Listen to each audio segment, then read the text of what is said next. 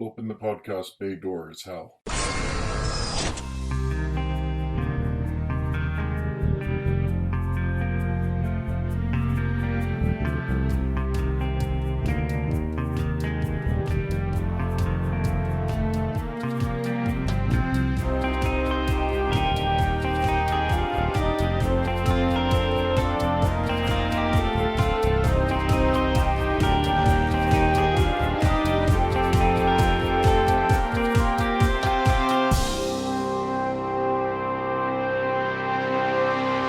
Hello, everyone, and welcome to episode 119 of Welcome to Geektown. For this final deep dive into Moon Knight, author John Muhal and I talked for more than 2 hours. Actually, over 3, but there were some technical issues that cut down our actual discussion time, which I then cut down to just about an hour and a half, so let's dive right in. But we actually start by going back to episode 5. Thanks to a comment from a listener.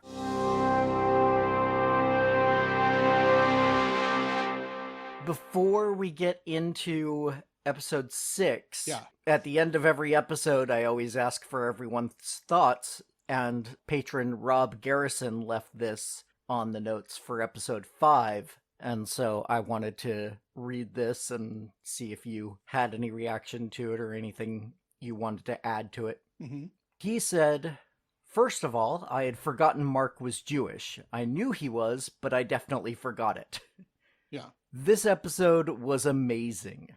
I've never dealt with these things, but I was moved with so much of it.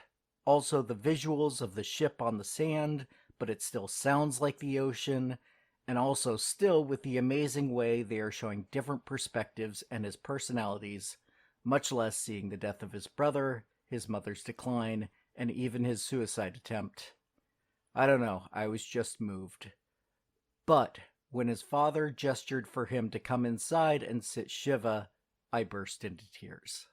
Thank you, Rob, for sharing that. I don't think Rob's alone. I think this episode hit a lot of people where they live, and there was multiple levels where people could have been affected. You know, I really think, and I said this last week, but whatever the show ends up being, and now we have a better idea of that. Episode 5 is outstanding. It's an achievement. Mm-hmm. And actually, it's so good, has so much impact that I was talking to a good friend of mine yesterday who just started the show, is waiting to binge it, and has instructed her husband to skip that episode because she knows how triggering it would be. Oh, yeah. You know, so we're talking about some very deep, complex material that it can be both a good and bad thing. But the idea of Rob bursting into tears, man, I feel that. And I feel it even more rewatching the episode, because the first time through, you know, it was one thing, but knowing now the trajectory of the episode, I fight tears every single time. Yeah.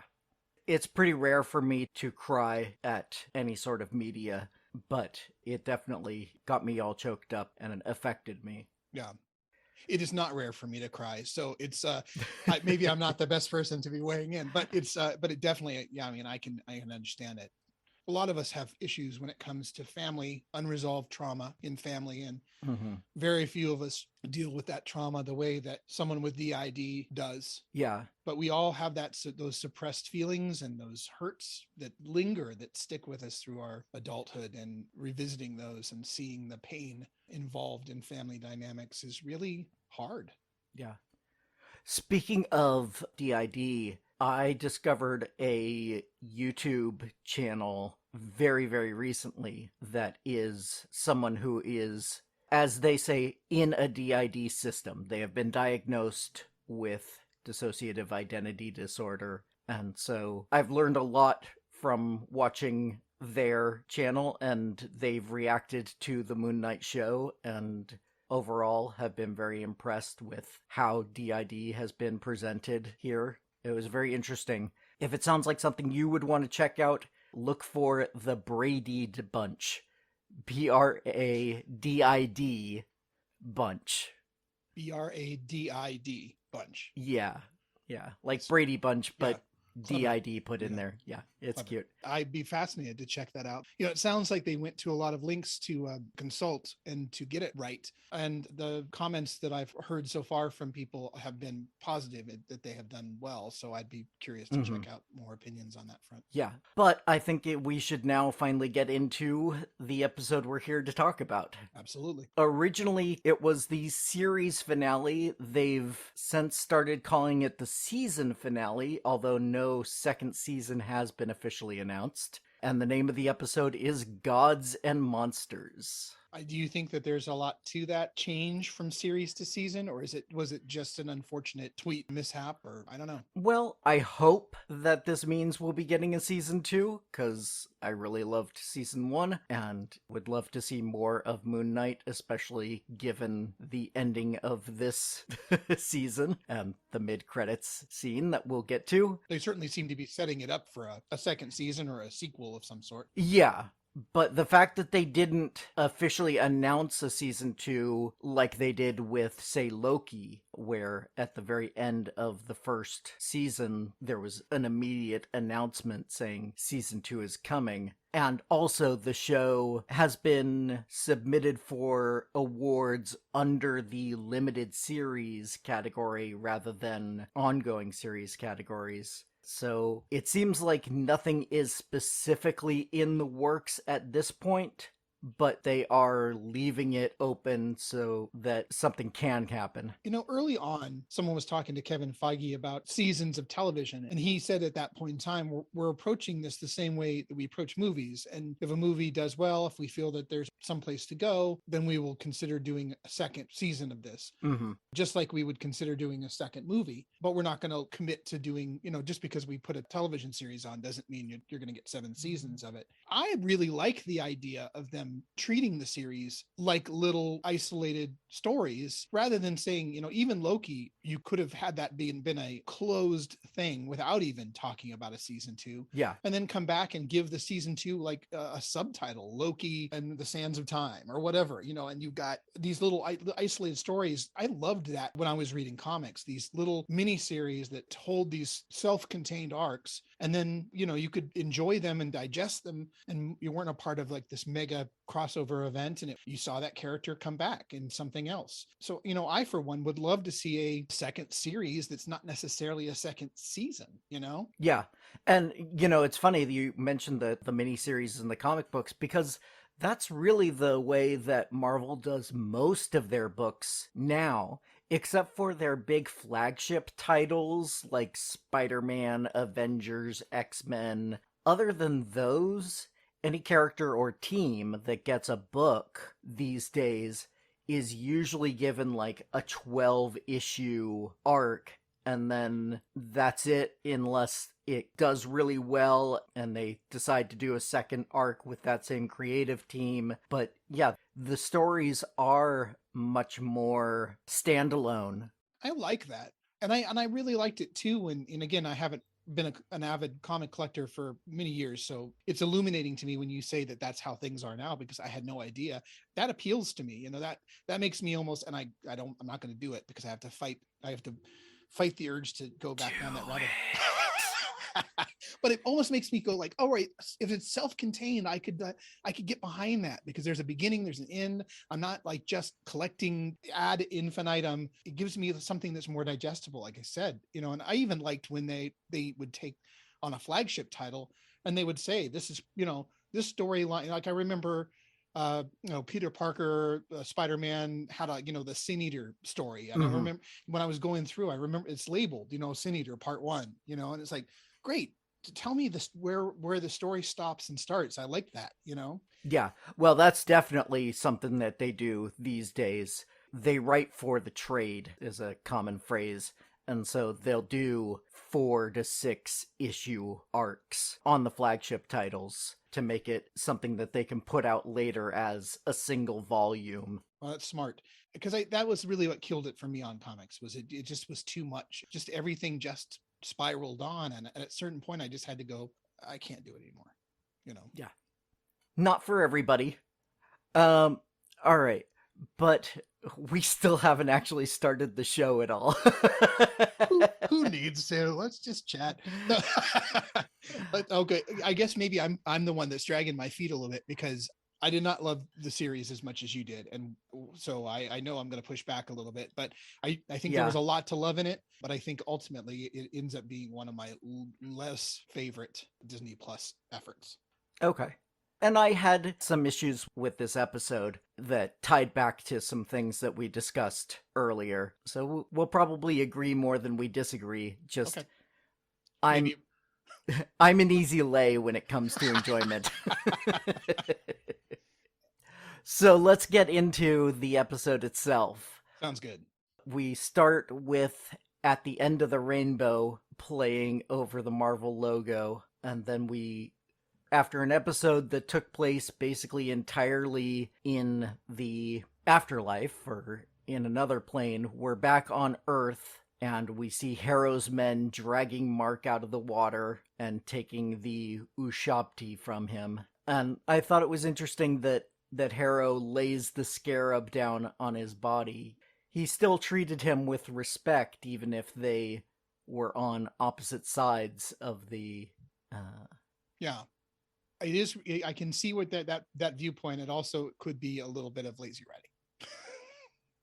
Because I don't think he put something that points to the Ushabti. I don't think he'd part with it so easily, but I can accept your rationale of it being a respectful gesture. Well, now that he knows where it is, he can get to it at any time, so it's not like he absolutely needed it still. And he didn't know that Layla was necessarily right there, so I see your point, but I was fine with it. Yeah, and I see your point as well. Speaking of Layla, she does quietly take out one of Harrow's men at this point, and later will disguise herself as that person and use that to get on the truck and join them.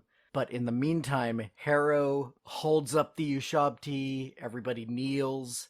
I like the look of the staff transforming to that crocodile head. That was fun. It's obvious that Harrow is growing in power at this point from having the direct contact to his goddess.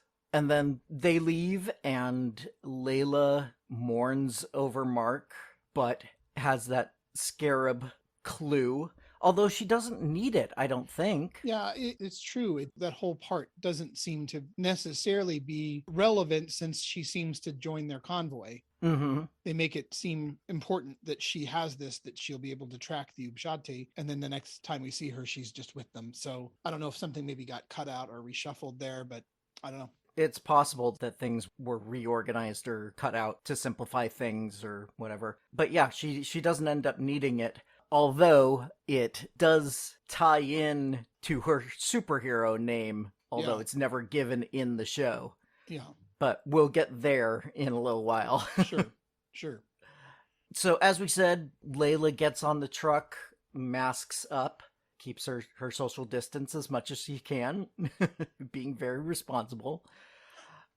And the convoy reaches this checkpoint in the middle of the road. And here we start to see Harrow's power really growing as he can just bang the staff on the ground and everyone in like a 20-30 foot radius gets judged. Yeah, I thought that was both interesting and frustrating, again, because we either needed to see that Layla was judged as well, because she's definitely seems to be within that perimeter, Mm-hmm. or that she's outside of the perimeter. Like, see, and it would have been great, I think, character wise, to see that she was judged and judged pure, or I don't know. It's hard to imagine that she would have escaped either being judged or being judged counter to Amit's goals. Yeah, I mean, obviously, if she had been judged poorly, then like the rest of the guards, she would have been dead. Right. So my assumption is that she was judged, but was judged pure. I wish we would have seen that. I mean, Yeah, if yeah. that's the case, that's a great character building moment to see that this is, I mean, I think that's something we suspect of Layla, is that she's a good person, but it would have been nice to see that even Amit gives her a pass. Mm-hmm. That would have been a great moment of character building for, a character that I think is arguably a standout of the show and worthy of maybe a spin-off show. Oh, yeah, I would agree. I would love to see more of Layla, especially in her new incarnation Yeah. that we get later. And again, this is another area where I accept your explanation, but I just wish I didn't have to make so many leaps, you know? Yeah. And I feel that way kind of all through this finale. And Yeah, it does feel a little rushed. yeah, you saying that brings up something that was really, I think, a major problem with this finale is that you have a 6-part series and you've squished the entire third act into one episode. Mm-hmm. And it just feels so unbalanced compared to, you know, the slow build of the first 2-3 episodes, the twists of 4, the extreme character development of 5, and then we come back and we're like, wrap it all up. And these Marvel shows have really had a problem, in my opinion, sticking the landing. We've talked about this. Yeah.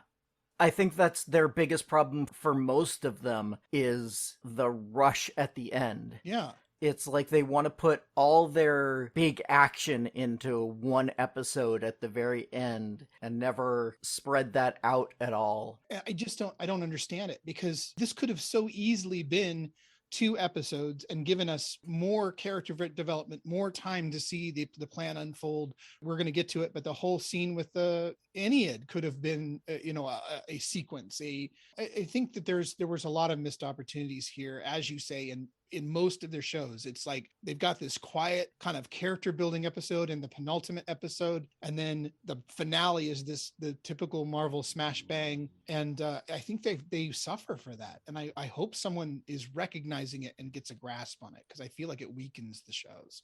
Yeah, yeah. I mean, I still enjoy the shows overall, but Same with me. I But I agree feel like they that could be so much there's more. You know. yeah. But why don't we move on and move forward in the show? Sounds good.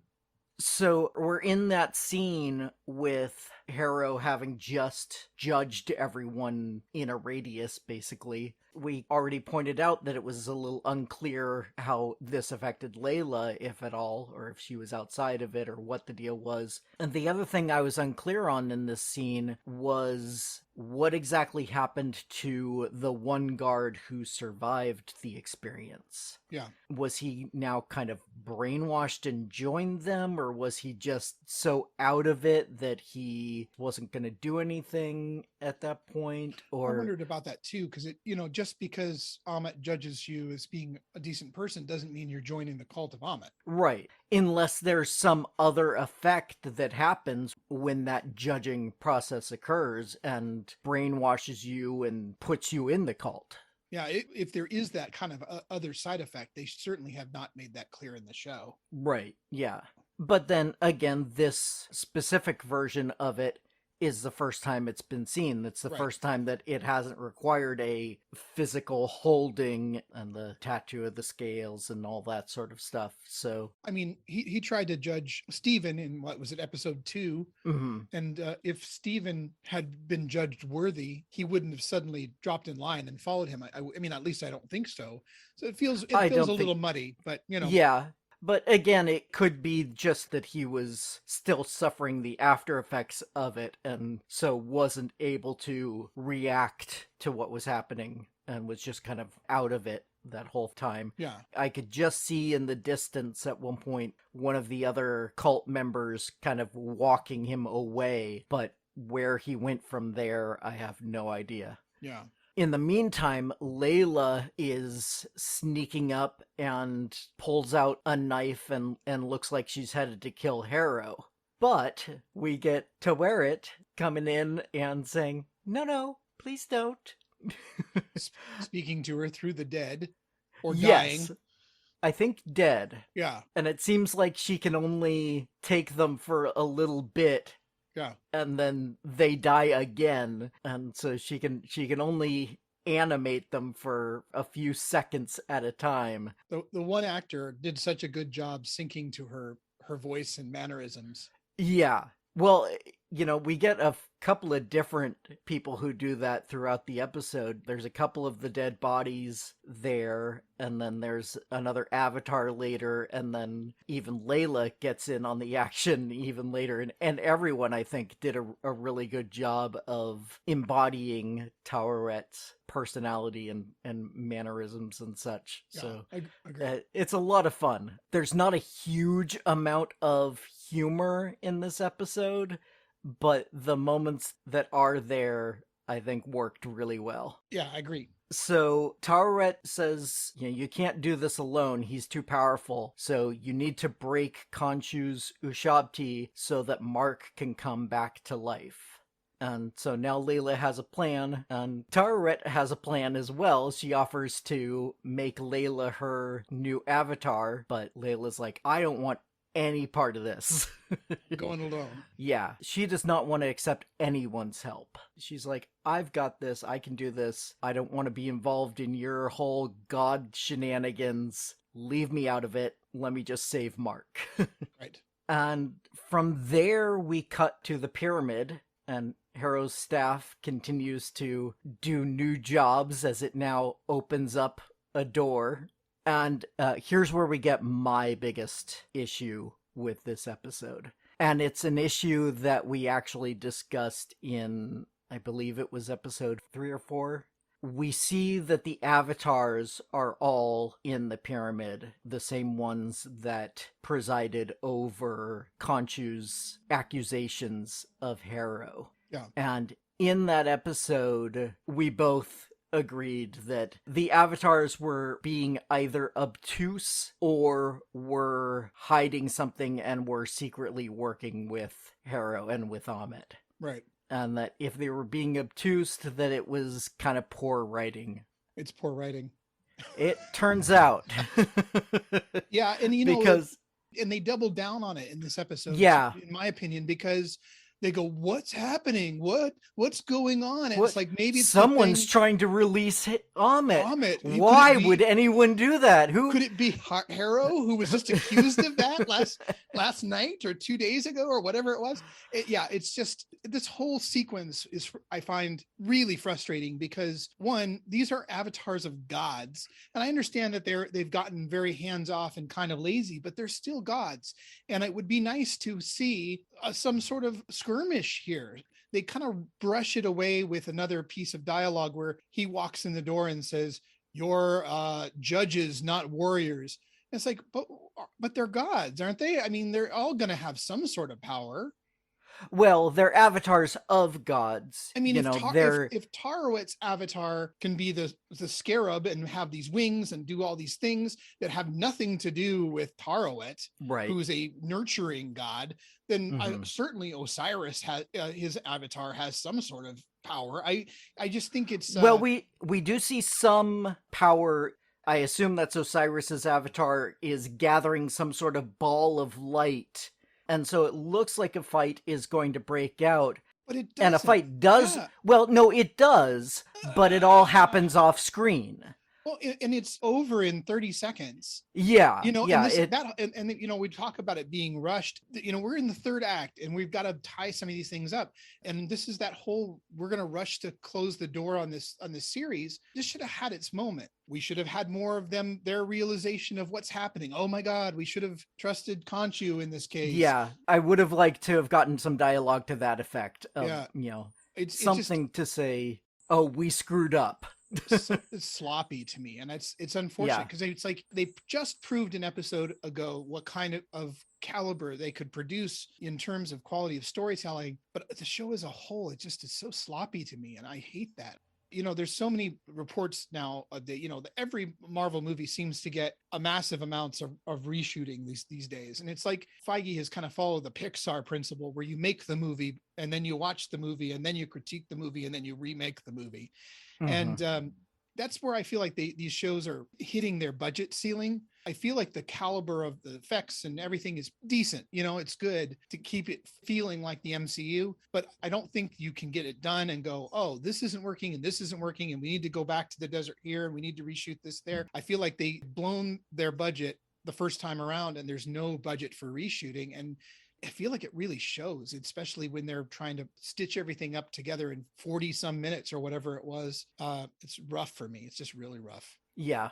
If this show had an unlimited budget and unlimited time, I would have preferred to see that fight. But at the same time, if they're going to cut a fight for budgetary reasons, then I'm okay with it being this one because none of our protagonists are involved. Understood. I don't disagree with that at all. I think it's a little short-sighted. They're trying to develop characters. WandaVision, for example, plays a heavy role in setting the Scarlet Witch up for Doctor Strange. And if these are pivotal shows, if you really are pulling them into continuity, they're going to live on Disney Plus, they're going to pull in new subscribers. We need to be at the same caliber as the movies. And I feel like anything less is a little short-sighted. So I agree with you that if hey, we're running out of time, we need to cut something, fine. Yeah, this is where you cut. But I don't feel like we are running out of time. There's no constraint on time. Yeah, I mean, we don't know all the behind the scenes stuff. Of course not. But yeah, overall I agree with you. This really could have been an epic fight. Epic, yeah. We could have gotten some great stuff in here. Well, this whole, I mean, they had really positioned us for a massive, monumental third act in this show, and I just feel like this is not the only time that it fails in delivering that. Literally one more episode would have made the difference in the world to me, to say like, hey, let's take our time. And, I know there should be a sense of urgency, but that doesn't mean it has to be fast. Yeah. It's just frustrating. But again, I love Marvel, and I love, I will rewatch the show. I will happily rewatch the show. I like the show, but I feel like stuff like this keeps it from being something that's going to really resonate with me in the long term. And, it's kind of the same with WandaVision to an extent, like that we had this very cerebral show that fumbles it on the 1 yard line with this slapdash finale. And there are parts of that finale I love too, but it's just mars these things a little bit. Yeah. And I know with WandaVision that COVID affected their plans there. But that's I don't think that's an excuse anymore. Like I feel like we've gotten beyond that to an extent, because some of these projects, didn't even go into production until after COVID was a thing we understood. So I get that with Falcon and Winter Soldier. I get that with WandaVision. I get that even with Doctor Strange, which was in production for a much longer period of time, much longer lead up. But, it's at a certain point we got to go, all right, but if other people are doing it successfully, how long do you lean on that crutch? Yeah. Like you said, we don't know the behind the scenes. So maybe I'm talking out my ass that there were definitely constraints and they were definitely affected. Who knows? But it seems to be a consistent failing of these shows that they fumble on the 5 yard line. And I felt the same way about Hawkeye. I felt the same way about the Winter Soldier. It's just, I wish they could pull themselves out of the third act curse of these Disney Plus shows. But anyhow, all done. I'll be done ranting about that. I love a good rant. Oh yeah. So, you did a good rant. You got me distracted. I'm sorry. Meanwhile, we were in the pyramid. Yeah. So we're in the pyramid. As discussed, we don't get to see the fight between Harrow and the other avatars, because we cut to Layla looking for Khonshu's Ushabti. And we mentioned that there were other Ushabtis in that chamber, and I found it a little surprising that they didn't come up in this scene at all. That no one else got released. She just looked around and was like, no, not Khonshu, not Khonshu, Khonshu. Right. And good job for her for spotting Khonshu, because I certainly couldn't, since he looks nothing like we've seen. But I guess she hasn't seen him in the form that we have up to that point, has she? Yeah, no, his Ushabti looks like he is shown in Egyptian art. So that makes total sense to me. Absolutely. And it's the basic idea of the bird's head with the human body. So, and she's obviously knowledgeable on Egyptian mythology. So right.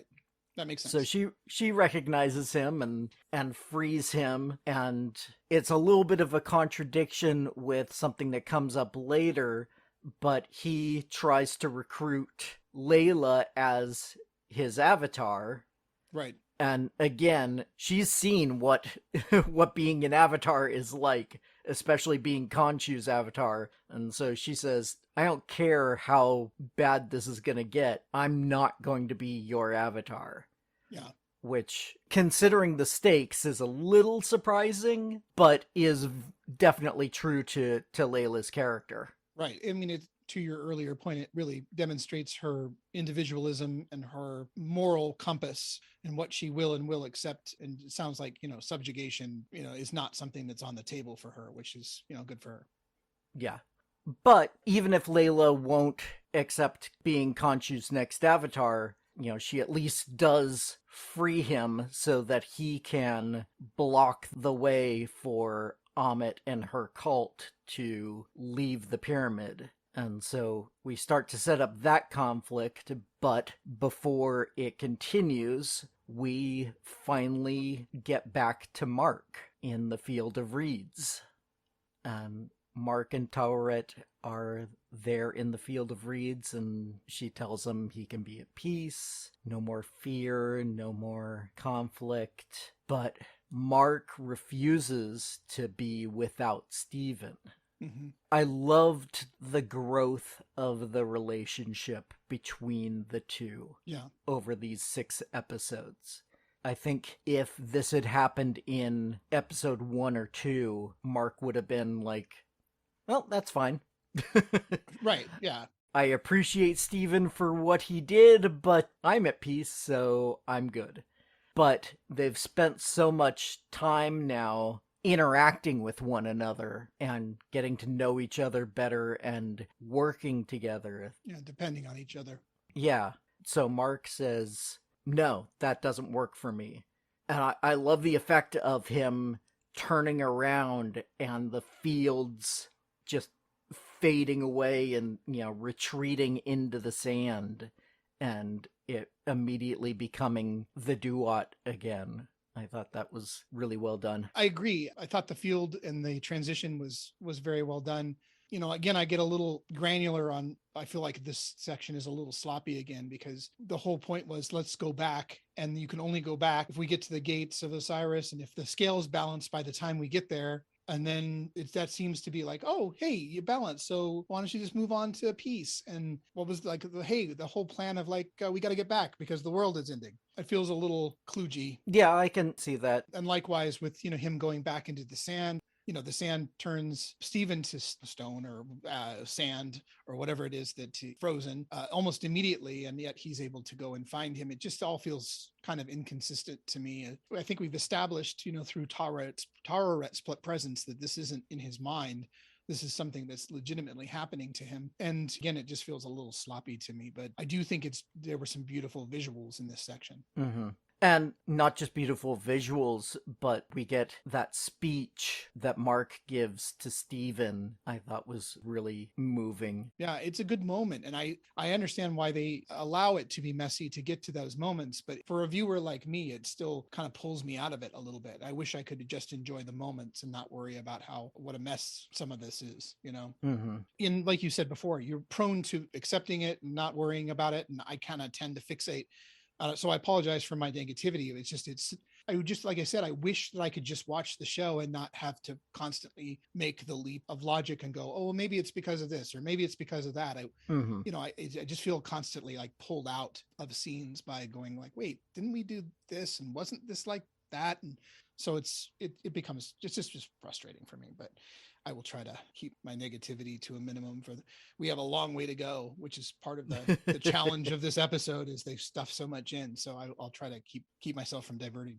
Yeah. Speaking of stuffing stuff in, even before we get that speech that I was talking about, there's just another quick cut back to Ammit and Khonshu debating basically free will versus predestination.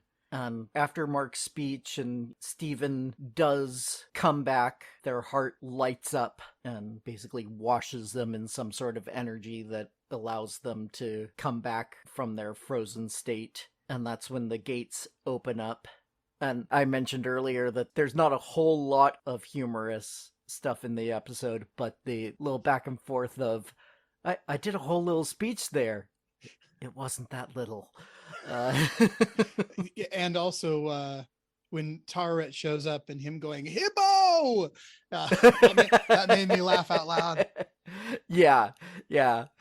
Steven is just such a fun character. He's so enthusiastic and positive. Yeah, enthusiastic is an excellent word. I love having him around, and I really hope that we get to see more of him in the future. I'm sure we will. But before Tarouet shows up, we do cut back to Amit and Khonshu, and the actual fight between the gods begins. Again, I think the effects on this and the fight choreography is all very good. Yeah. I love the way that Khonshu kind of fades out and fades in, and he's got a real interesting fighting style. Yeah. Compared to Amit's much more direct. Yeah, and there are times when he seems to be headed away and then he dissolves back facing. It reminded me of something else, but I can't think of what it is. Another sort of do you have a thought? It reminded me a little bit of Nightcrawler, actually, in X2. Oh, I can see that. Yeah. The kind of smoky effects as he almost bamfs out and then comes back in somewhere else and goes in for an attack. Perhaps that's what it's reminding me of. That does seem pretty spot on.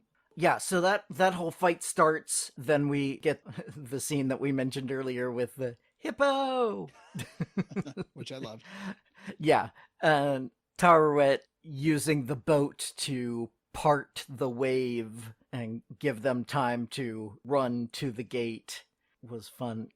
Again, these really fun, positive characters like Tarouet are so enjoyable to see on screen. Agreed. And interact with. That anytime she shows up, I'm happy. And so they make it through the gate and wake up in the water. You can just see it for a second, but he is still bleeding out massively. Yeah. There's like a spurt of blood as he sits up. Fortunately, Khonshu immediately is like, "Oh, Mark, you're back." And we get sort of a re-recruitment of Mark. We get the flashback of his first time being recruited and that whole speech of, "Do you promise to protect the travelers of the night?" and all of that. And then Mark becomes Moon Knight again. The bullets drop out of his body and the armor surrounds him and he's fully healed once again. Now, this is another moment, and you're probably going to agree with me on this, was a little sloppy and a little confusing, because the last time we saw Khonshu, he was still in the middle of a fight with Amit. But now when Mark reappears, Amit and her cult have left, and Khonshu is there in the pyramid by himself. And then goes outside and Mark and Steven and Khonshu talk. But the timing on all of that was confusing to me. I agree. I think it was like a lot of the finales. It just feels like it's pieces chopped up. We're heading here to head there and jumping around. And that can be a little bit of whiplash for the viewer. It seems like, Khonshu has this conversation with Mark and Steven outside of the tomb. But we're cutting back and forth between so many locations. We're not seeing the plot advancing in like a methodical manner. It's just full speed ahead, like a bullet train. And so, anytime you get a moment that's a little slower or jarring, like the conversation with Steven and Mark outside the tomb, renegotiating the terms of his service, basically, it feels like, wait, where are we? What are we doing? Are you really going to take time to do this? I mean, even Khonshu says that. Are we doing this right now? And it's like, literally, we've been going 90 miles an hour. And the whole thing is, I think, a product of shoehorning a lot of narrative into a very short time frame. Yeah. I don't understand why this episode needed to be the shortest Marvel episode to date. It didn't. It needed to. It shouldn't have been, I don't think. No. There was a disservice to it by a long shot. And I think this is just an example of that, where we are comic savvy people and media savvy people, but for the common person watching, you've already asked them to digest a lot in this show, and you really need to make the narrative in the finale clear and something easily digestible. Yeah. It is a shame that There are really great moments in this last episode, Absolutely. but they are cut together and jammed into such a short space that the overall episode kind of ends on a down note and, It's on, so on a negative. crazy. It's batshit that we have this crocodile goddess has been released from her captivity. She grows to the side of I mean, I know I'm jumping ahead a little bit, but she's a kaiju fighting a giant moon bird. And I mean, it's just, and this is like a B plot. This is a distraction to the main narrative. And it's like they're fighting over the pyramids, like Godzilla and Rodan. It's just nuts to me that's a lot to shove into this 40-minute episode. It's just insane to me that they went so fast through this. But yeah, we still have so far to go. It's crazy. We got to keep going. It's just, I'm baffled by it. Yeah. Well, let's keep going then. We get that negotiation scene, and Khonshu does agree to release the two of them after this is over. And then we get Moon Knight's Superman moment. How are we going to get there? And F. Murray Abraham is having so much fun as Khonshu. The whole line of, "You forget, little worm, I am still the god of the night sky," and basically just up and away. What a gig that, hey, come into the studio for a couple of hours and chew the scenery with all your gusto. Yeah, that had to be so much fun for him. Yeah. But I can say, other than when he was actually possessed by Khonshu and took on the Avengers in a fairly recent story, other than that, Moon Knight has never had the power of flight. Yeah, I didn't imagine, you've talked about him being kind of on par street level wise with like kind of Daredevil. It seems like, yeah. And again, this is another ongoing effort to distinguish him from a Batman type character, I think, but it's, obviously the supernatural elements have really been leaned on in this show. Well, you say avoid the comparisons to Batman, but then the first shot when he flies up is him silhouetted against the moon. That is so true. Just like the Batwing in the 1989 Batman movie. Good point. But that obviously for a character named Moon Knight, that is an obvious symbolism to go to. And also that crescent-shaped cape against the moon, that silhouette that it makes was very similar to the silhouette of his mooncopter that I've mentioned a couple times in the past. And so while probably the average viewer would look at it and think of it as kind of a Batman homage, the comic book reader can look at it and say they're making reference to the way he actually does travel around in the comic books. Which makes sense. But it's so much fun watching him, the way his cape flows in this show, and is constantly making those 2 points, and the whole curved crescent shape of it is just such a unique look. Yeah. Compared to any other caped crusader or caped superhero. There have definitely been a couple of shots in this show where you can almost freeze frame what would have been the inspiration artwork, the storyboard or something, where you can go, this is the shot they were trying to achieve here. And this, this is the money.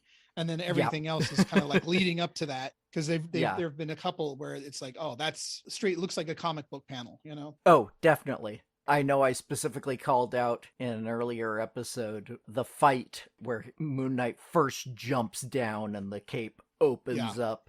That's exactly the one I was thinking of. Yeah. Yeah, that was just straight out of the comic. And the silhouette against the moon is another sort of thing like that. Yeah. And likewise in the first episode or the second episode, I think, when he fights the jackal and that thing comes down into his hand, it felt, there's just certain moments where you just like, oh, that's what they were going for. This is the comic book right here. Yeah, definitely. So while Moon Knight is flying off to the fight, in the meantime, we cut back to Layla, who has found one of the other avatars who survived the attack, and he tells her, we need to imprison Ammit in a mortal form, in a body rather than stone. in order to permanently imprison her. But we need more avatars to do it than we have, and then he takes one of the avatars away by dying. Yeah. And I don't know enough about the comic book, and maybe this isn't even relevant to the comic book, but is it just Khonshu's power to give life to these people? Because it feels like, you've got these other gods operating through their avatars. Are they not also able to revive them? Is that something unique to Khonshu? And if so, why? I don't know. Like we've discussed, Moon Knight is powered up much more in this show than he is in the comics. But in the comics, he has been resurrected by Khonshu at least 3 times. Right. So that is within Khonshu's purview to bring someone back to life. Whether or not the other gods can do that, we really don't get many of the other gods in the Moon Knight stories. In the comics.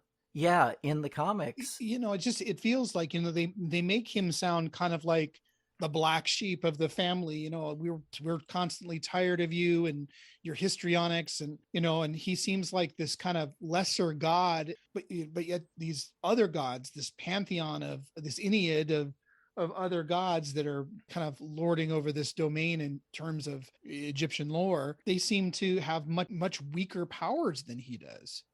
It's just very, very interesting. Here's the one explanation that I think makes sense within the context of the show.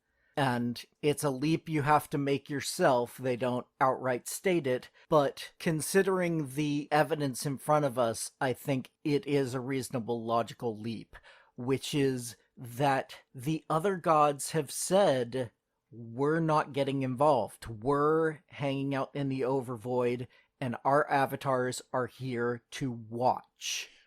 And so when one of their avatars dies, they don't get involved and resurrect them. They'll probably observe for a while longer and pick out a new avatar at some point. But what's so weird about that to me is that you've got, like, obviously this Osiris's avatar is this businessman. Mhm. He's always in a suit and tie, and he seems manicured, and it's not this businessman telling Layla what they must do. It's Osiris speaking through him, because that's really all we've heard is the gods speak. I mean, aside from that short conversation with I can't remember her name now, The goddess of music and right. love. Is it Horus? No. Doesn't matter.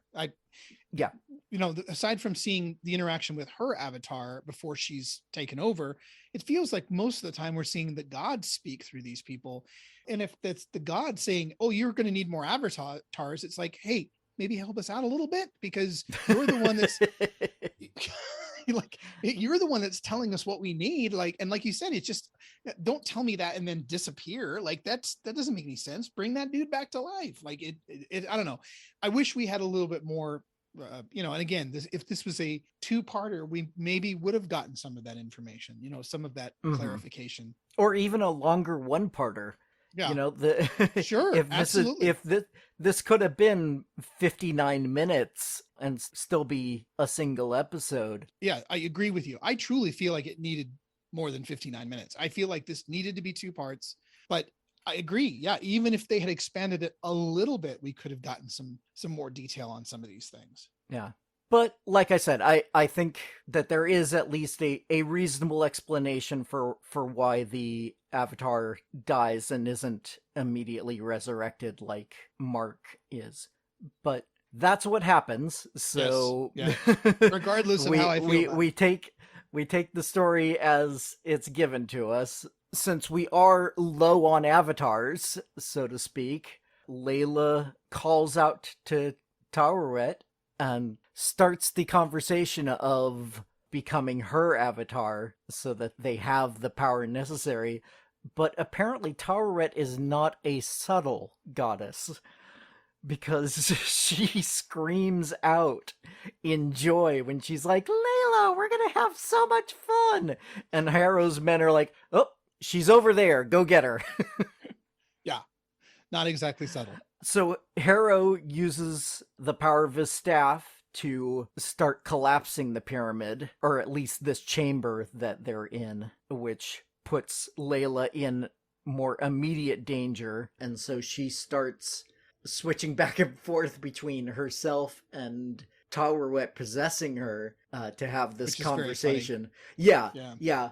It is very funny. I mentioned the Braided bunch Yeah. earlier. She pointed out that this scene is kind of the stereotype of how DID is usually presented in With like a in conversation with medias. yourself. Yeah. At first she was like, "Oh, they're going to this again," but then she stopped and said, "No, they're not, because they're not presenting DID at this point. They're presenting possession by a god, by a goddess." Yeah. And Yeah. the way they have presented DID in the show has been very different and has been much more grounded. And so it was a nice comparison there to see the difference and to see it being done in a different way for a different thing. Nice. Now you need to find a podcast of people who've been possessed by Egyptian deities to see if they're portraying that accurately. If you find that podcast, let me know, because I'm going to want to listen to that. Yeah, I'll get it right over to you.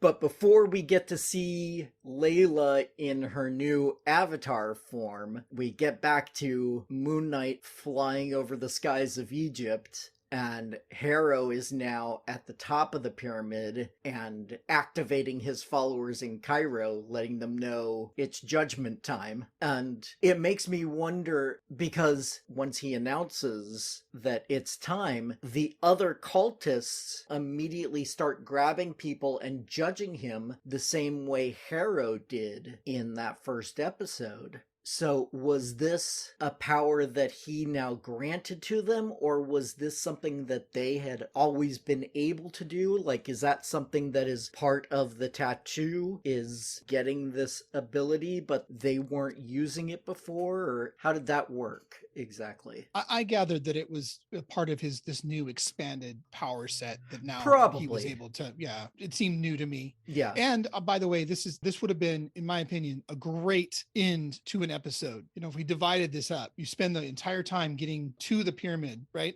Mm-hmm. And Khonshu loose, Mark resurrected, Layla has Taweret's power, Ammit is unleashed, and we start to see the judgment raining out across Europe and these souls ascending into the sky. And maybe we even get the reveal of Layla in costume, and then we come back to finish this up. That would be where I would divide it up. Yeah. It depends on whether you want to end on kind of a hopeful note or more on a down note. Whether you end with either the souls going into Ammit and her growing in power and size, or you end with the reveal of Layla as the Scarlet Scarab. Yeah, agreed. So you're right, that I can totally see this being the end of episode 6 and then starting episode 7 with the fight and having that be the big finale. Yeah, and then you get what Marvel wants, which is the big knockdown drag out in the final episode still. But we've had more development. We've expanded the Ennead stuff. Mhm. Anyhow, that's where I go with my mind, wants to rewrite this stuff, you know? Well, I did get a professional writer for my guest, or for And my I co-host. apologize. So, I apologize. oh for no, that. no apologies necessary. I love hearing other people's points of view, and I want to bring in other people's perspectives and see how they differ from my own in order to get a more complete and a more rounded view of the show. So don't Well, apologize. I'm some sort of shape. I don't know if round is it or square, but it's one of those. All right. So in our imaginary cliffhanger, we do get Layla freeing herself from the pyramid and in her new outfit. As now Marvel has on Twitter and such has officially called her the Scarlet Scarab, but that's not a name we ever hear in the show. Yeah. And I'm gonna be contrary again. I love her character. I love the actress. I'm ready to see more of her. I think the name Scarlet Scarab is great. That goes back to comic books. Mhm. I love all that. It doesn't to me make any sense that she's the avatar of a hippo healer. But I think it's just one of those things that they wanted to use Taroret, they wanted to give Layla powers, and they mushed those things together. But she doesn't seem like the avatar of Taroret to me, you know? Yeah. I mean, both Moon Knight and Mr. Knight feel like the avatar of Khonshu. There's the branding is consistent, but not so much a scarab being the avatar of a hippo who's a healer and a guide. You know, it all feels very weird to me. But I get what they mushed it all together, and they wanted what they wanted, and here we are. Yeah. I love the visual so much. I love her costume so much that I'm okay with her not looking like a hippo. No, you know? I am too. I wouldn't really want her to look like a hippo. But Yeah. just I mean, maybe they could have done it in another way with, as we mentioned earlier, there were other gods and goddesses in that chamber stuck in Ushabti. She could have looked around and been like, you're the god I would be willing to be the avatar of because I know who you are and what you're like. So I pick you, and that god could be, you know, winged and fit more with the costume that they went with for her. right. But they wanted to use Taroet, and they were married to Taroet. And I think this is an example. Again, it's a little, the end result I'm good with. Like, I like her character, and she looks cool, and I like her action. I think it's cool that she's an Egyptian superhero. Mm-hmm. I just, I feel like that was done for convenience to use two characters that you like in a certain way, and not so much from a logical storytelling angle. Yeah. And as you've mentioned, Scarlet Scarab is a character from the comics. He first appeared in the Defenders, and there are not many Egyptian superheroes in the big two, in Marvel and DC. So it is nice to kind of call back on Marvel's history and bring in some representation Sure. of Middle Eastern or North African representation. It's a nice tip of the hat. Yes. Although her costume really doesn't look much like the original Scarlet Scarab's. On her costume, there's not a lot of scarlet, whereas Yeah. His is very much dominated by red and has a scarab symbol right in the middle of the chest. It's very much if you took a Superman costume and said, now make it Scarab Man instead. Scarab Man is not someone I'd want to meet. No. But the costume we do get on her is absolutely gorgeous. I haven't mentioned it much because I try not to be that guy, but man, I was crushing hard. I mean, throughout the show, I think she has such a beautiful face. Yeah. And then seeing her in a skin-tight outfit kind of set my heart aflutter. Yeah, she looks great. I saw something, I don't know if it was a tweet. I think it was a tweet the other day that from the director that said that his daughter, he's an Egyptian man, and he said that his daughter had always wanted to straighten her hair. Yeah, I saw that too. Yeah, and he wanted to give her, and putting a picture of his daughter with her curly hair next to this image of Layla with her curly hair, and I just kind of go, that's great.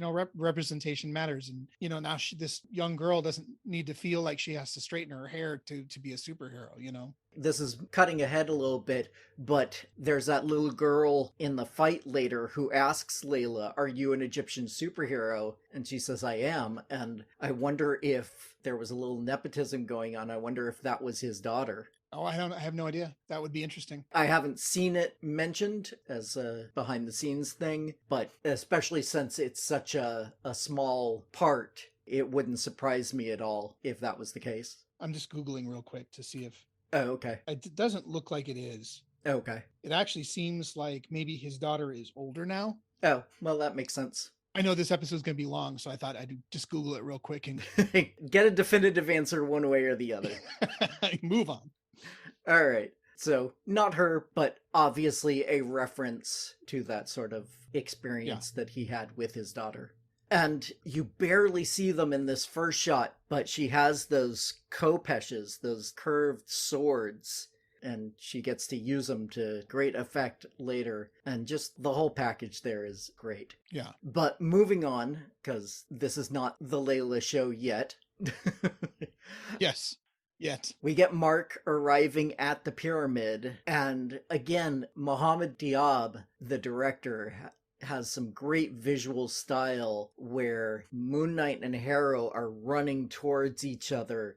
Harrow's running down the pyramid, Moon Knight's running up the pyramid, and the camera tilts so that it looks like it's level ground, and you have the moon silhouetted behind them in the back. It's just a gorgeous shot as the fight starts. Yeah, it is. It's a beautiful shot. I do wish that Harrow had gotten some sort of an Avatar look as well. I wanted him out of his pajamas. He just has those kind of like cult leader PJs and slippers. And I would have loved to have seen him kind of have his own look there in this last episode, but it's such a beautiful shot that I'll forgive it. Yeah. And I think of his pajamas, as you put it, it's such a consistent look throughout the show that it almost feels like a costume to me. True. So it would be interesting to see what a supervillain, what a costumed version of him would look like, but I'm totally fine with him staying in the outfit we've seen this entire time because it is such a unique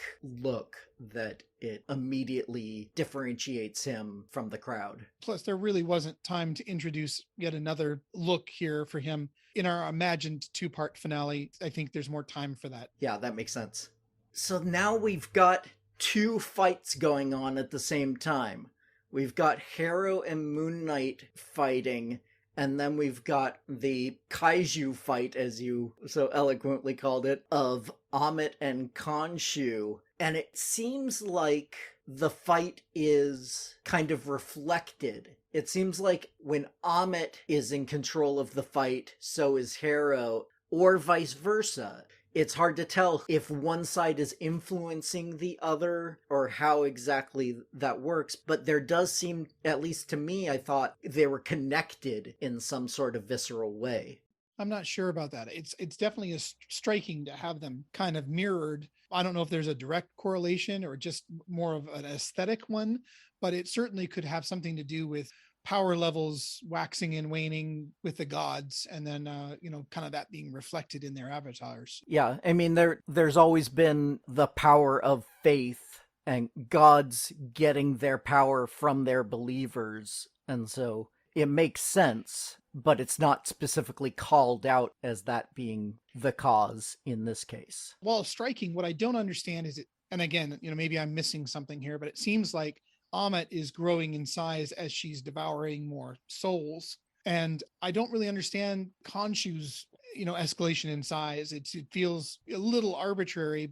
He's obviously not getting an increased power from other, souls like she is. So maybe there's no direct correlation, but, it seemed like they just wanted to get him big so that they could have that fight. And it is very striking. I agree. It does seem like at first that the reason for her growth is the absorption of the souls, but it could be that she just decided to grow larger to make it easier for all the souls to enter her. Yeah. It's hard to say. It's not incredibly clear, but I don't think it's a vital thing that needed to be I don't think so either. It just necessarily. it does feel a little arbitrary, but I do like like you said, I do like the image, and I'm sure that's where they were going. I do wonder about, and I'm guessing that people aren't seeing them. That Khonshu doesn't seem to be visible to people outside of those who know and understand his relevance. So I'm guessing that this kaiju fight isn't being witnessed by the people of Cairo, but I'm not sure about that. Yeah, I'm not 100% sure on that either. I had assumed that they were seeing it, except then there's a brief scene later where the fight between Harrow and Moon Knight interrupts a dinner or something, and you would think if there was a giant kaiju fight going on that dinner would not be it seems like when the fight on the ground level definitely interrupts things and causes chaos, but it seems like the chaos isn't already necessarily happening so much everywhere. So I don't know. It's just in that immediate area where the cultists started judging people. That chaos started happening, and it kind of follows Harrow and Moon Knight as they have their fight. But the kaiju fight seems to be happening a little bit outside of town, right next to the pyramid, So it's hard to say. There's obviously some physical destruction that happens when one of them lands on the ground or gets pushed up against the pyramid. You can see like dust and rubble and stuff. So if people aren't seeing the gods, you have to wonder what they Yeah. are seeing. If somebody happened across this scene and wasn't involved at all, would they be seeing buildings suddenly flatten for no apparent Right. reason? Would they be seeing dust flying everywhere? Yeah. You know, That was very unclear for me. I would have loved a little bit more clarity in there, as far as the repercussions that's really having on our physical world. mm-hmm. But let's talk more about the fight between Harrow and Moon Knight Definitely. specifically, because I love in this fight how we get the switches back and forth between Moon Knight and Mr. Knight. Whatever is needed for that moment, whatever best works for the move that they want to make. The way that Mark and Steven are able to fluidly switch back and forth and work together like that is a great Yeah. character development, and it shows a lot of growth. Yeah. And at first I was a little thrown by how proficient Steven was. And he even says to Layla, I can't wait to show you some of the new moves. And then it kind of occurred to me, it's like, oh, since they've kind of reconciled with each other, he has that moment on the ship in episode 5 where it's like, if you know how to do it, I know how to do it. Yeah. So it's like his new moves are really just Mark's moves that he's tapped into. Right, except he does seem to have a different fighting style at the Agreed. same time. We finally get to break out the Eskrima sticks, and he seems to be more acrobatic, I would say. I love the move in the fight when he jump flips to avoid the beam from Harrow. Yeah. And Moon Knight's, Mark's version is much more direct and much more in your face and has the crescent Yeah. darts. But it seems like Mark's version is much more aggressive, whereas, Steven's is a little bit more cautious and defensive. Mm-hmm. And more elegant, more Yeah. fluid. It definitely reflects their personalities. Yeah, exactly. And as you mentioned, Layla, Mark, and Steven all get to reunite, and he has that line of showing the moves. But before that, I enjoy Mark being very, "Oh, Layla, it is good to see you." And then Steven comes up and he's like, "Oh, you look amazing. What do you..." There's his enthusiasm again. Yeah, exactly. Yeah, it's a good character moment, and it's right on for who he is. Exactly. And she does look amazing. She does. I mean, I already kind of talked about that. And the fight continues, and it looks like the protagonists, our heroes, have the upper hand, but Harrow pulls out the kind of stereotypical put civilians in danger move, hitting the van. And we already talked about it a little bit, but here's where we get that interaction with Layla and the little girl asking her if she's an Egyptian superhero. And I like that they actually have that interaction in Egyptian. Some shows would have that be in English, but with an Egyptian accent, but they're not afraid to switch languages when it's logical to do so in the story. Agreed. And then Harrow is beating down Moon Knight and knocks him down and stabs him in the chest as, we get that really great shot of Harrow approaching him, and you can see in the background that Khonshu is being brought down by Amit with his own staff, and this looks like the end, but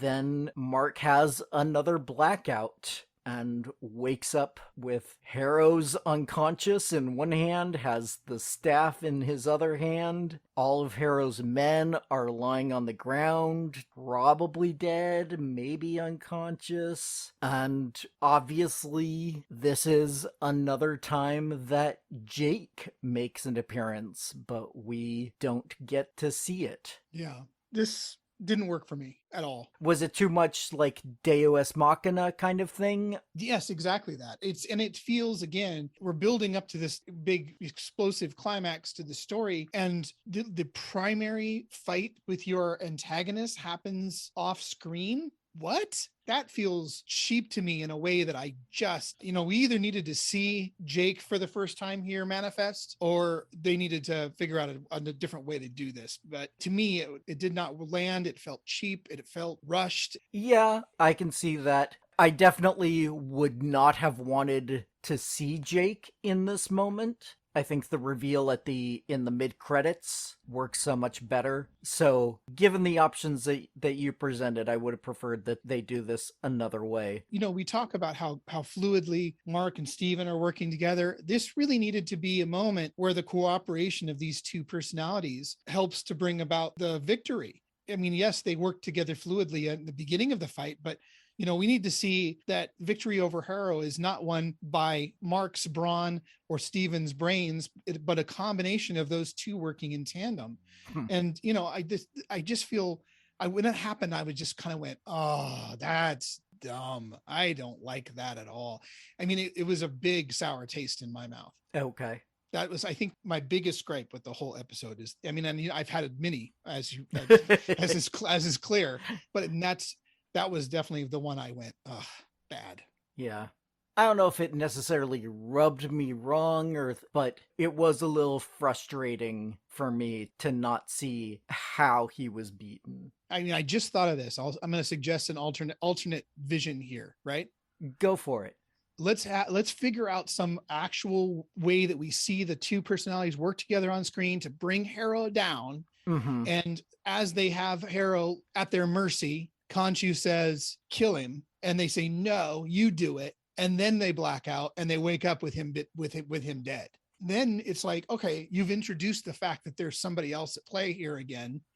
I just feel it feels like such a cheat to me to do it any other way, and to not see that the actual climax, not to miss that. It's felt wrong. So in this scenario you've just imagined, would you then make the mid-credits scene a flashback to that moment? Yeah, you could do that, or you could save it. But I just feel like, there's a way to have your cake and eat it too here. Mm-hmm. And I feel like we kind of took the cheater's way. We took the shortcut, and we were able to like hack off the end of the show without actually showing it to the audience. And it's like, it's going to be hard for me to not roll my eyes every time, if I rewatch the show. This is going to be a spot where I'm just going to be like, I'm just going to pretend it's something different.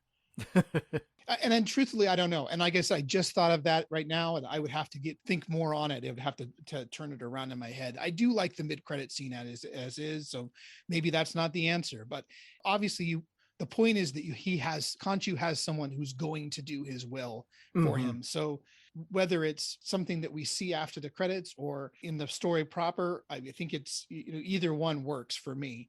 But I do like how it laid out in this episode, and seeing kind of a new part of his mythology put on screen as well. Yeah. It didn't bother me in the moment as much as it did you, but thinking about it now and hearing your argument, I kind of agree with you. And I'm sure it won't bother most people, maybe. I don't know. I just, From the reactions I've seen online, this episode and even this show in general has been very polarizing. Yeah. I see people who are just like, I love Moon Knight, best MCU show yet, and then I see other people who are just like, meh, really? This was so. And honestly, I'm right in the middle on it, because I think it's sloppy enough to put it down my list. There's way too much that I have to rationalize to make work. And like, I'm willing to do that here and there. And like, nothing's perfect. Things get sloppy, especially working in film, and there's script revisions. There's stuff that happens when you're shooting. It's real hard to have things that don't have plot hole here and there. But it's so sloppy overall once I look at the arc of the show over the 6 episodes. But yet there's such brilliant moments, like episode 1 to me is amazing. Episode 5 to me is amazing. Like, I'm willing to go like, hey, this show this is worth checking out, but with a caveat that says it doesn't always work. I just feel like it's so inconsistent. That makes me sad, because I after episode 2, I was like, man, this is on track to being my favorite MCU show so far. And as we get into, through the finale, I'm like, I think maybe not. Maybe it's like, I wouldn't know. I don't know if I'd put it at the bottom of the list, but it's a deeply flawed show with some amazing moments. That's how I look at it. Mm-hmm. But wrapping up, getting back to the end of the show here, we get to a moment that pulled me out of the story for a second, because Layla says, I know how to do this, get to the pyramid and we can stop Ammit. Bring Harrow with you, we can do this. And they start chanting to put Ammit into Harrow's body, and it's like, where did this come from?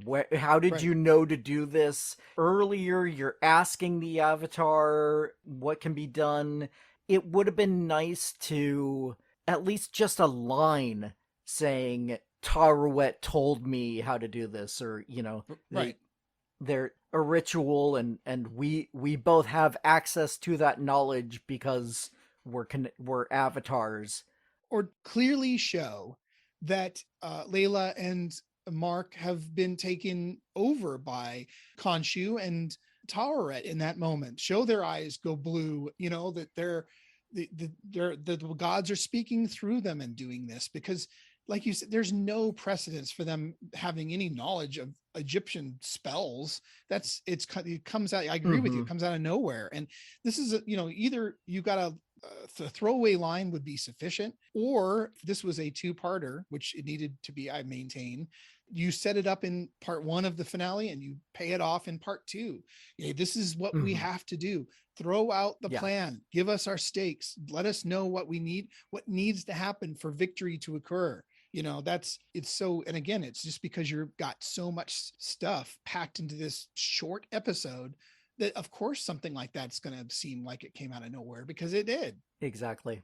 And apparently it works. It doesn't take long for that chanting to put Ammit into Harrow's body. And we mentioned it a little bit earlier, but Khonshu says, kill him, and Mark refuses. Although it does take Layla kind of saying, you'll never be free if you do this. We've seen throughout the show that Mark is more brutal as a character, especially when you compare him to Steven. So it's a nice little moment of growth there, that he says, no, I'm not killing for you anymore. Right. If you want it done, do it yourself, sort of thing. Yeah. It does feel unsatisfying to me in a way. I think it's a little bit of a cliche on these shows, movies, where you have no problem going through these lower ranks of villain and mowing them down. And then you get to the ultimate bad guy and you're like, no, I'm not going to kill because I'm the good guy. And it's like, are you? Because I mean, you had no problem dispatching the underlings, and like, this is the one that matters, man. Like, this is the whole point, is you don't want this evil to be released again. So maybe one last one ain't going to hurt you. I feel like it's a cliche that keeps getting regurgitated of like, no, I'm going to stop short. And, it's like, all right, well, but you did everything to get to this moment, like everything to get here. And why are you not pulling the trigger? Although I think in the show, in episode 5, we got the cafeteria full of all the people that Mark has killed for Khonshu. But in the show itself, I don't think we ever saw Mark or Steven actually kill anybody. I'd have to go, it certainly felt to me like there was some killing going on, but I would, I'd have to go back and take a look at it. I feel like people were killed in that horse rink. I feel like people were killed in this episode. I would definitely have to take a fine-tooth comb for that, but it didn't feel like their hands had no blood on them. It felt like there was maybe, maybe probably in the car chase, some people died. Yeah. So, well, I mean, we know I people could died. Be, there was the guy that was in the back of the van that fell out. He was mortally wounded and fell out. So I feel like there's definitely blood in the show. Although it could be argued we never saw who did the killing in that car chase. That could have been Jake. certainly could have. Absolutely. So it's hard to say for sure if Mark has killed any underlings. You're right. It is a cliche of being willing to kill until you get to the final bad guy, but I don't necessarily know if they followed that cliche as much in this show. And I'm willing to concede that I'm not sure of that. I just, it does feel like it's like anything to get this done, and then stopping short is, again, I just another one of those. And I realized talking to you, I don't think I realized how negative I was on this episode until we really start dissecting it. And I'm more negative on it, I realized, after our discussion than I thought I was before we had this discussion. So again, that doesn't mean I'm negative on the whole show, but I do not feel like this was a good finale overall. Yeah. And I'm turning that way as well. It's frustrating to try to pack so much of this into this short period, and seeing where they obviously made cuts or took shortcuts or all that sort of thing, and talking with you and it's not just hearing your point of view, but it's also me saying what I'm thinking out loud and kind of mulling it over in my brain. I'm seeing those flaws more as I discuss the show and think about it. One of my favorite podcasts is a movie review show called Now Playing, and you can hear this happen with them as well. One of them will talk down on the movie that they're reviewing and talk it down, and the other ones are defending it, and then they get to the end, and one of the ones that's been defending it this whole time is like, oh, this is a not recommend for me. And you're like, well, it's just, what? sometimes that's what it takes, is really to kind of go, step by step. And you're like, the more I think about it, this really failed on so many levels. You're blinded sometimes by the successes. You're blinded by, when you first watch, because you want it to be good. We all want it to be good, like, yeah, I don't want any of these shows to be bad. I don't want to be negative about any of it. But, like and there are moments, there's such good moments, the visuals that are stunning, and the, Layla appearing as a superhero. And there's just these things that you cling on to and go, man, that was so good. And then when you start to like piece it together and you go, oh, it really didn't work, did it? Like, that sucks. Yeah, the whole is not better than the sum of the parts in this case. yeah definitely not. And I've said it before, I'll say it again, like, I will defend episode 5. I will talk episode 5. I will take that. I really feel like that was the episode that someone at the start of the show set out to that was the story they wanted to tell, was episode 5, and it's brilliant.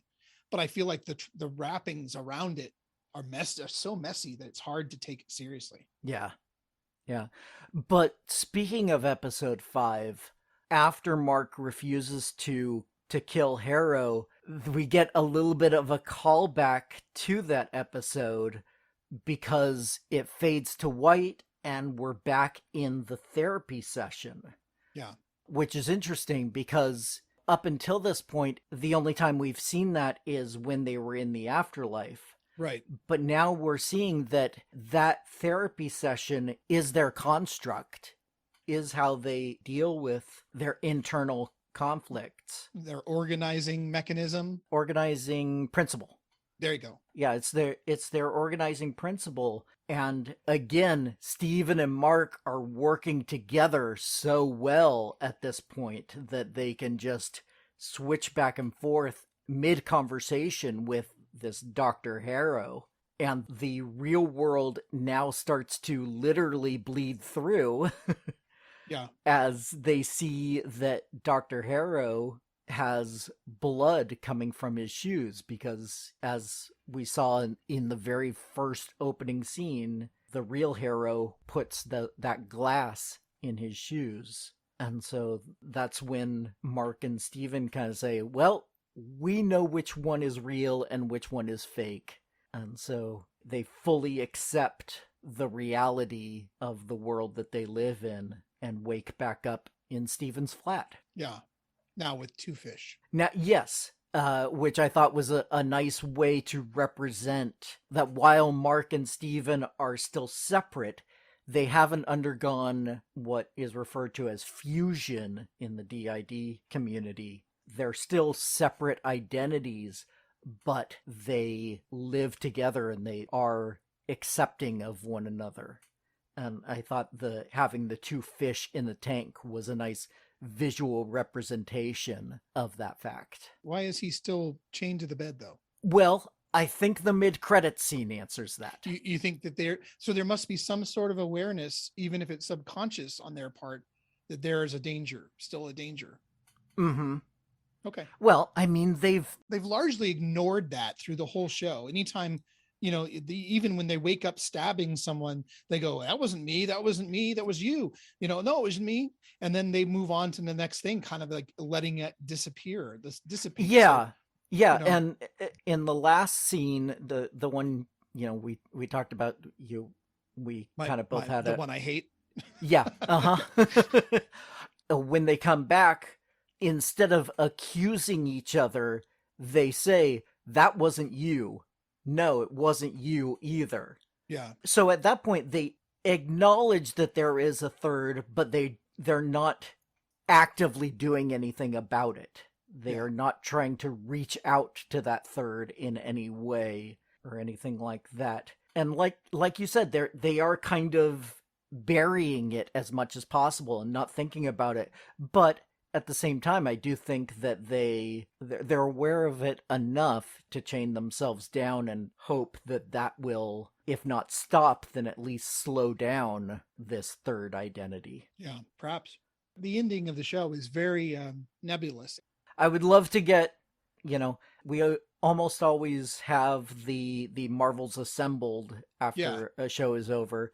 So I would love to get interviews with the director to see what his thoughts were. Personally, I would love a director's commentary for especially episode 5 and or episode 6, to hear their thoughts. And, on episode 6, like, well, this is what I had to do for time, or, that sort of thing. Right. I wonder why they don't do a lot of that, and they haven't done any of that in the Marvel series, and very little of that in the movies overall. I'd like to see more of it. I really would.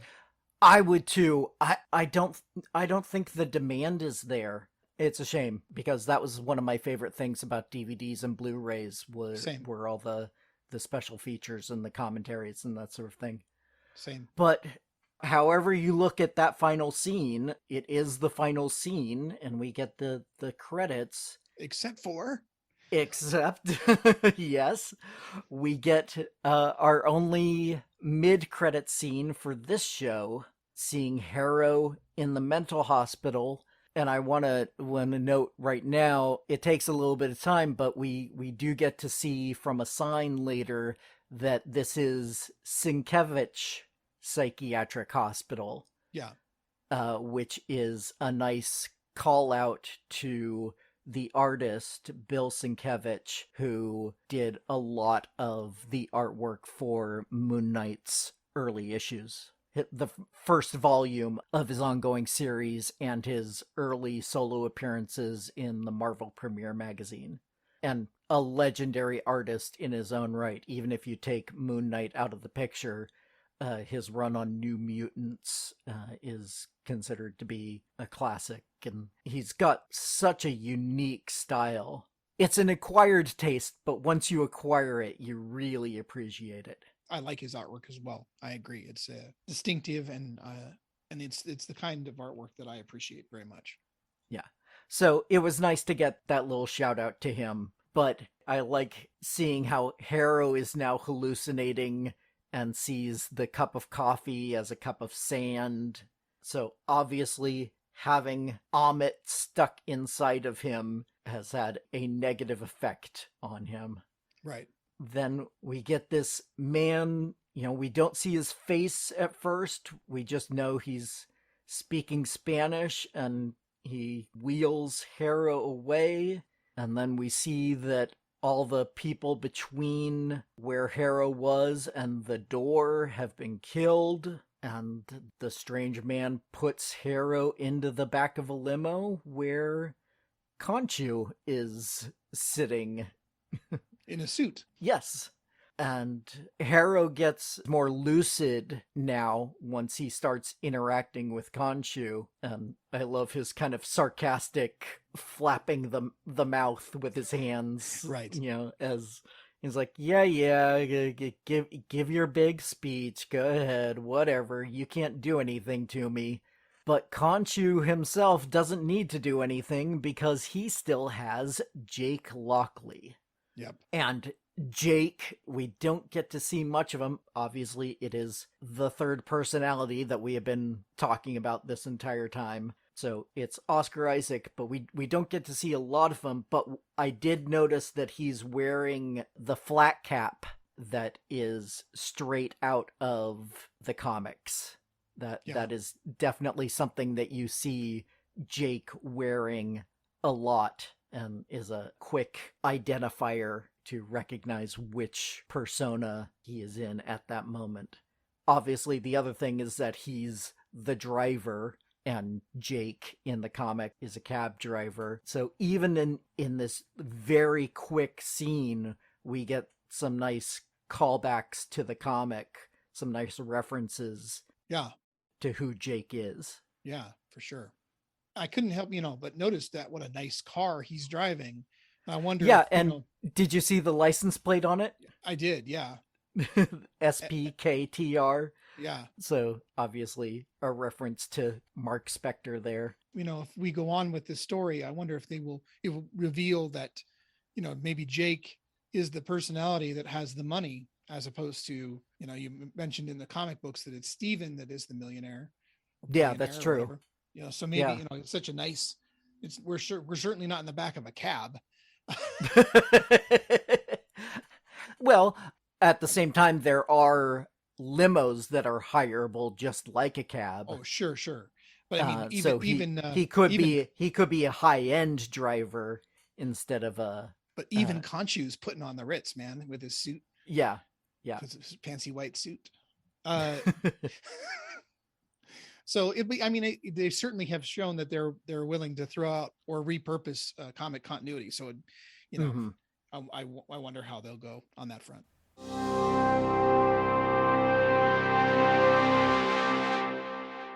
That wraps up the final full Moon Knight deep dive. Thanks as always to John Muhal for joining me. And don't forget, you can find out more about him and his literary work at johnmuhal.com. You'll get a little bit more of John next week, as he and I wrapped up our conversation talking a little more about our overall impression of Moon Knight and the MCU shows in general. That will be a 20-minute or so episode next week. Then, 2 weeks after that, we'll get back to listener questions, which of course I am always looking for more of. Please send any and all of those via email to welcome2geektown, all spelled out, @gmail.com. Or you can go to the website, welcome to, number 2 in this case, geektown.com, and click the Submit a Question link if you'd prefer to remain anonymous. Other contact options include facebook.com/welcome to Geektown or Twitter @GeektownPodcast. Also, if you'd like to support the show directly, come join the Patreon at patreon.com/welcome to Geektown for just $1 per month to get access to full scripts of the shows, audio outtakes, and a monthly shoutout. You can also help the show grow by subscribing and giving a 5-star review over on Apple Podcasts to join the Geektown City Council, which helps other people find the show so we can all tell them, welcome to Geektown, population, us.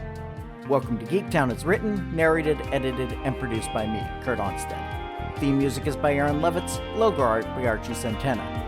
All other sound clips are the copyrighted material, their respective owners, and no infringement is intended, falling under fair use.